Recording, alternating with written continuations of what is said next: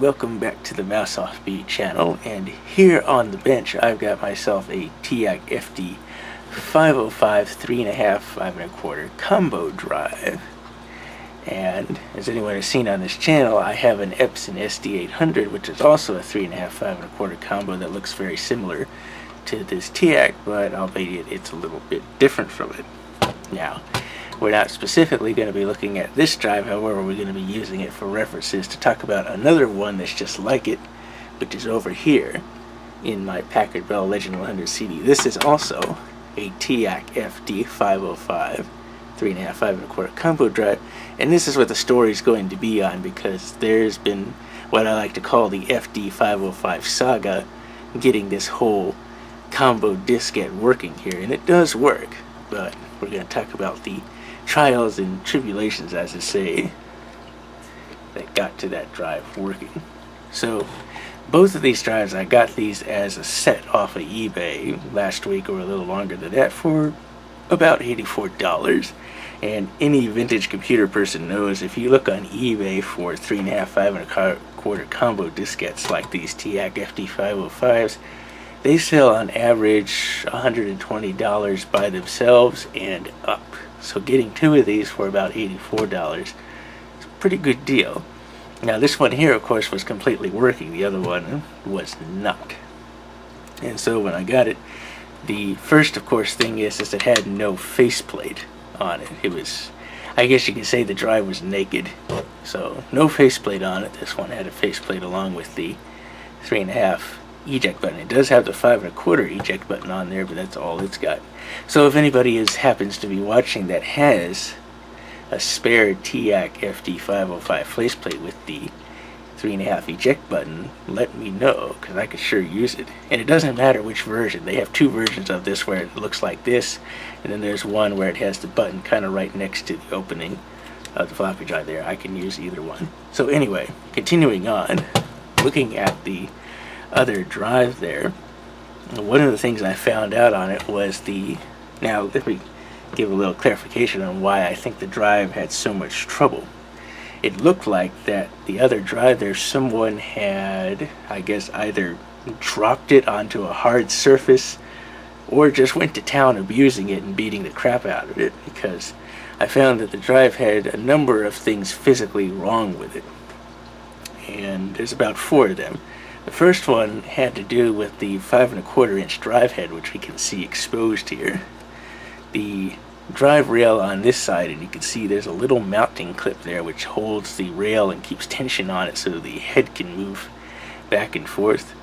The pin here had been bent up somehow, and again, as I say, the drive looked like it probably had been dropped or beaten up, and that of course will affect other things we'll talk about as well.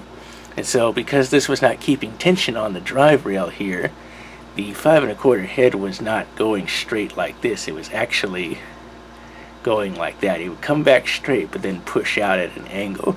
So of course that was messing up the alignment of the 5.25 head there, trying to read 5.25 discs. So again, when I use something like IMD to measure the alignment and check the reading of the tracks, when the head was being pulled back, it would pull back straight and the alignment was perfectly fine. But of course when the stepper motor had to push the head out, it was pushing it out at an angle because of the tension that the screw here was putting on it versus the loose rail on the other side. And so of course that was skewing the alignment. So I took that out, basically bent it back and secured it in, and now the 5.25 head on that drive over there is nice and perfect. Now the second issue I found, and of course I got a photo of this including the fix afterwards, is the drive head on the 3.5 inch floppy drive was actually broken. One of the little tabs, trailing tabs that help it ride on the top of the surface there, had been broken off, so the head was stuck at an angle, but it was also slammed on top of the bottom drive head. So you have head 0, which is the bottom head, and then head 1 is the top head. So head 1 is the one that was busted. And so I looked at trying to fix it there with a little piece and all. I got it to ride back on the rail and stuff, but I really couldn't do anything about the #1 drive head, because that also was pretty much ripped off of the end of it there, and I couldn't really get it glued or re-adhered back on properly to the head, so I couldn't really do anything about that. So what I decided to do was take the 05 HG that I had and take the head out of that, because for some reason the board wasn't working, even though I had bought it as a refurbished or new old stock drive years ago. So for some reason the board didn't work, but they said, well, the heads are in good shape, so I'll use the heads. Took the heads out, put them in the drive, and hey, the 3.5 started working again. But the one funny thing is that it was reading high density 3.5 floppy disk perfectly fine. The alignment was perfect on it according to IMD. But using IMD and trying out double density disks, there was weird alignment discrepancies going on there in the numbers, and we could see this in the video that I have, and it was happening to both heads. So I figured there was no real alignment issue, particularly on the head side, but maybe it wasn't starting at the right track, like it wasn't starting at track 0 like it was supposed to. Well, I quickly found out that wasn't the case.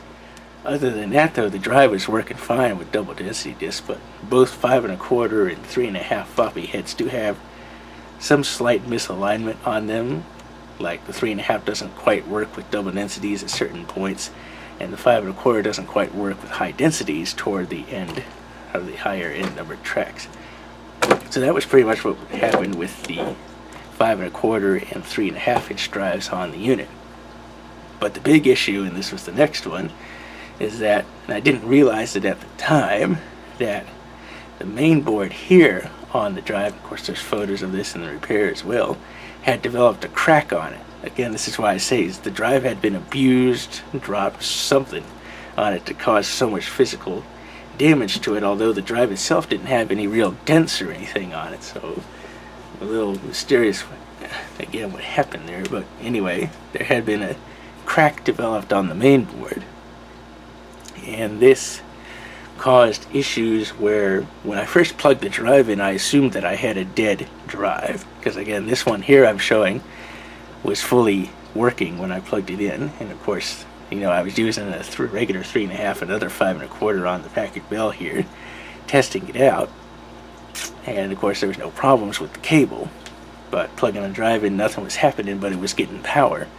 Because anyone knows with a floppy drive, when it first powers up, it always checks if the drive head is at track 0.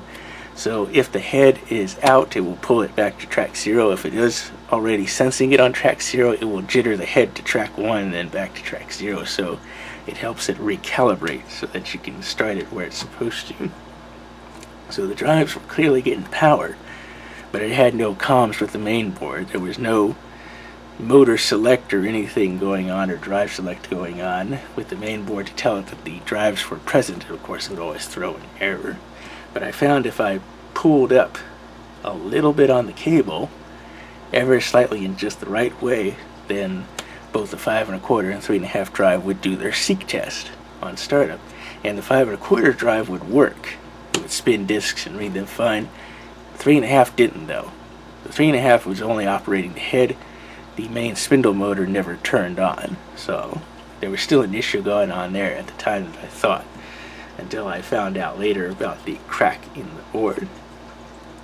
And what happened is that the crack in the board actually went through 4 of the traces on the board that control both the motor on signal and the drive select signal for both 3.5 and 5 1/4 inch disk drives, because as you know, there are jumper settings on these FD-505 that allow you to set which drive is drive A and drive B, and which one also gets the motor on signal from those cables.